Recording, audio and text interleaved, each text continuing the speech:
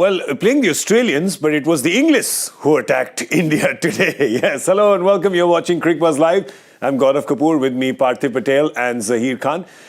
India won the toss and put Australia into bat. Good power play for India. 40 runs only in that power play, but then Josh Inglis started attacking and boy, he just didn't stop till he got out. 110 of 50 balls, the joint quickest century in T20Is for Australia, leveling with Aaron Finch. But really, it was quite an innings. He just hit it to all parts of the park.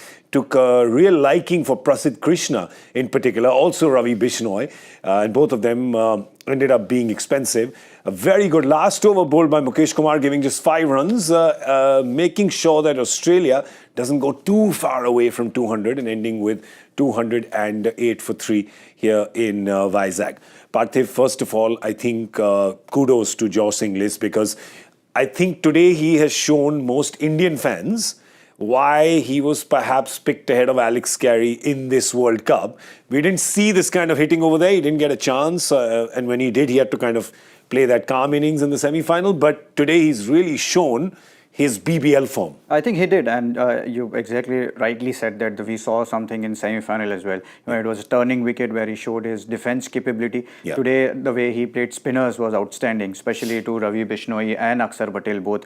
I think just a couple of sixes over cover to Bishnoi is actually, it's like hitting against the spin, because Bishnoi is a leg spinner, but he mainly his ball doesn't spin that much. It comes in, but he used his feet really well, especially to Bishnoi. He was coming down the wicket, and to Akshar he was using the depth of the crease. So I thought he was brilliant today. And we knew that he has that capability of playing spin, rotating the strike. But today we saw the big hitting as well. Yeah, I mean, if you were to see his wagon wheel, it would be, this is Mr. 360 kind of stuff today from him. Very impressive. There is no doubt about that. And not just spin bowling, but also that shot which he played over point to Prasidh. Yeah. Was just kind of announcing that, okay, it's going to be a big day for him, timing every shot which he played. There are certain shots which he played over point, just using the pace of the bowler. The shot to Mukesh Kumar also, the Yorker which he was bowling superbly today. Yeah. But he had answers to everything. And that's the kind of day he had, resulting in such a great knock. Putting Australia in a very strong position. Yeah, he really was. I mean, the shot that he hit when he went from 94 to 98 was, again, he was really toying with the short third man. Hit it once this way and once this way. It was like it's just hitting in every possible way to the same place. Shows you just the kind of skill that he has, and that innings was just absolutely fabulous. So look at the impact that innings has had. When you look at a 40-run power play, that effectively means that the rest of the innings you've gone for 10 and over, and that's what it tells you. The power play, Australia will definitely look at that and say, all right, we missed a trick there. We could have closed this game out if that score.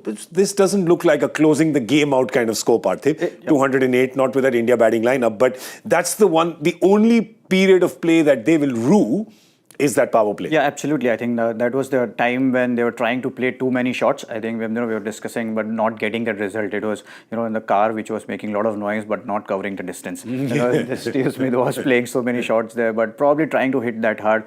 And especially when you know that, you don't have that kind of a game once power play is over. You try and cover as many runs as possible in power play. And that's what Steve Smith was trying to do. And he was not timing it. That's, we've seen Steve Smith playing really when he's just trying to time the ball. Yeah. But today he was trying to hit it too hard. That's why he was losing the shape. He was not getting into right positions. And that's why, there were too many dot balls. And if you look at the context of the game, the Inglis got 110 of 50 balls, and rest of the 88 runs have come in another 70 balls. So I think, that shows the inning that Josh Inglis has played, but rest of the batters did struggle a bit with our Indian bowlers.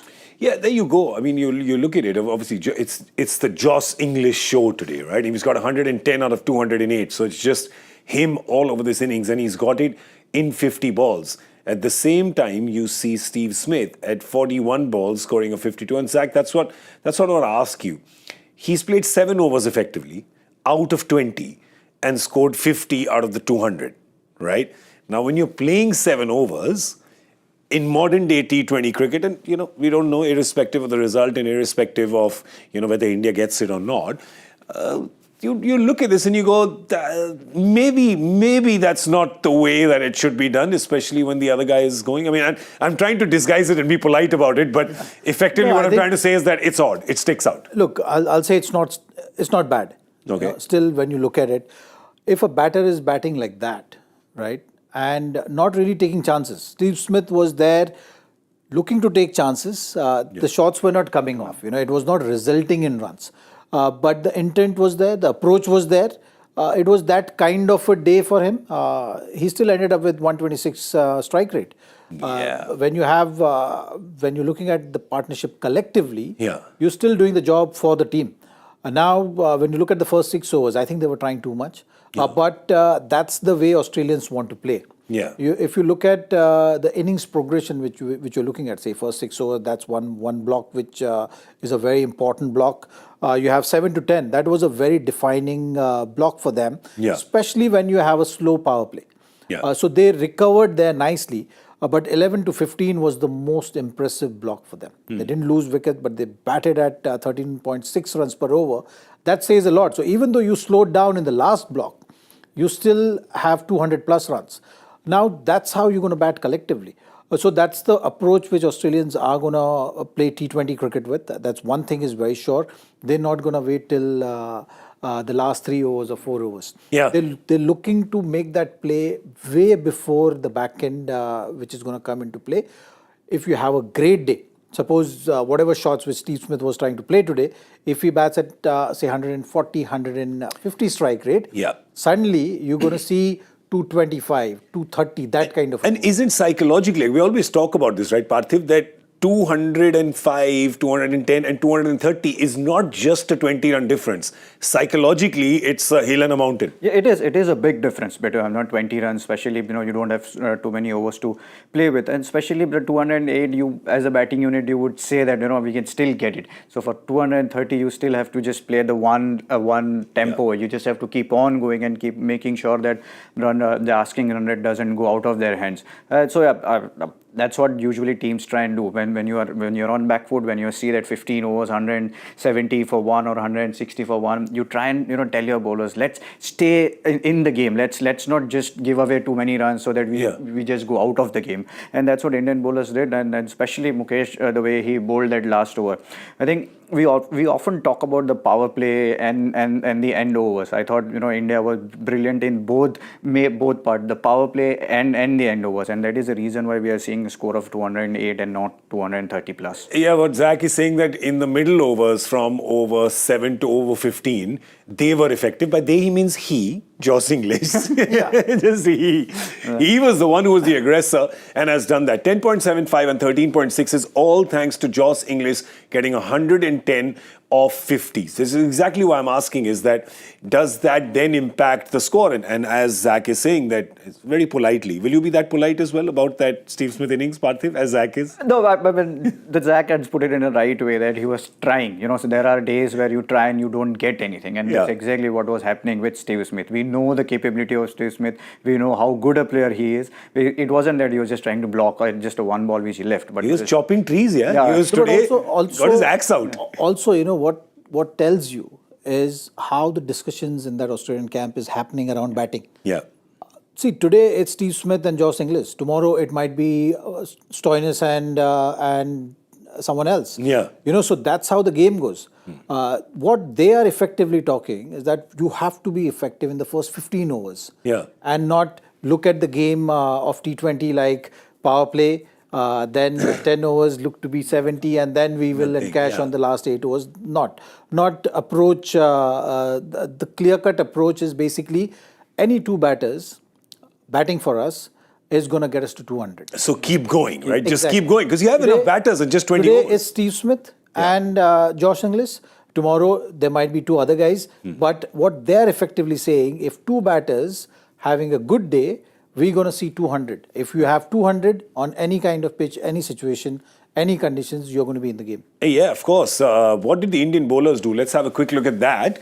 There was, of course, Akshar Patel bowled 2 in the power play. Now look at these figures in context to the fact that he's bowled 2 in the power play and he's come away with his 4 for 32. Mukesh Kumar didn't bowl in the power play, but he's bowled very well towards the end. His 4 overs to 29, he's bowled 11 dot balls there.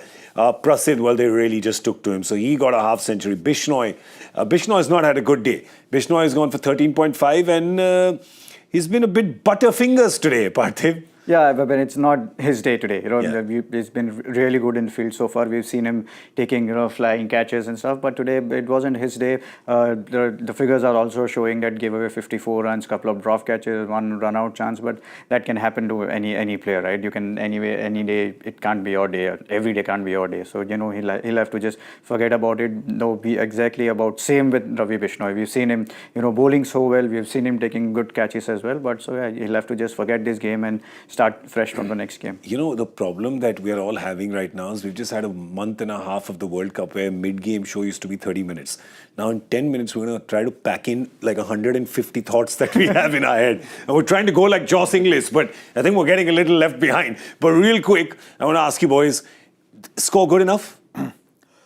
It's a good total. Yeah. The pitch, if it was sticky in the first half and it's not going to be the same for the second half, then that little bit of advantage will be there. But any team scoring 208 runs will always be in with a chance. So India will have to bat really well if they have to win this one. India, of course, has the batters. If you look at that list, there's plenty of batters here.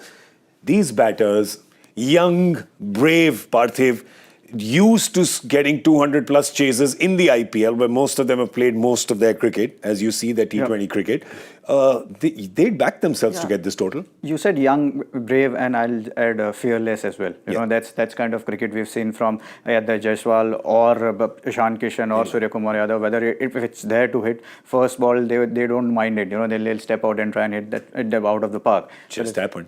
Just happened. First ball 4. Yeah, but that's as you were saying it.